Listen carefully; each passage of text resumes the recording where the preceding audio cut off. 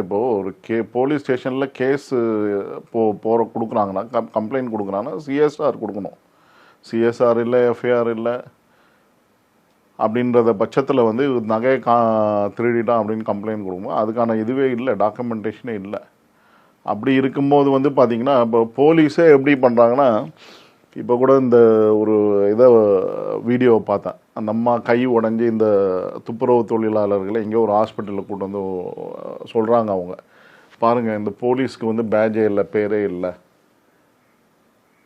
என்ன நடக்குது சார் அது?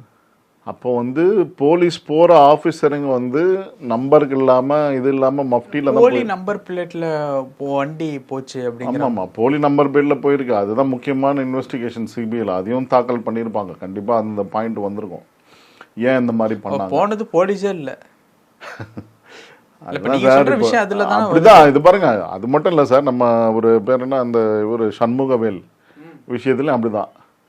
அவர் யார்? ஒரு ஸ்பெஷல் எஸ்ஐங்க. அவர் போக வேண்டிய அவசியமே கிடையாது. அந்த இடத்துல வேற ஒரு டீம் போயிருக்கணும். இவர் போகிறாரு, அது இல்லாமல் வந்து பாதுகாப்பே இல்லாமல் போகிறாரு, கன் இல்லாமல் போயிருக்காரு. இதெல்லாம் இருக்குது. ஸோ இந்த மாதிரி விஷயங்கள்லாம் பார்க்கும்போது இந்த குற்றப்பத்திரிகையில் வந்து முக்கியமான தகவல்கள் வெளியே வந்திருக்கும். பட் அது வந்து எந்த அளவுக்குள்ள பொலிட்டிக்கலாக வந்து டைவர்ட் பண்ணுவாங்க அப்படின்றது தான் புரியல.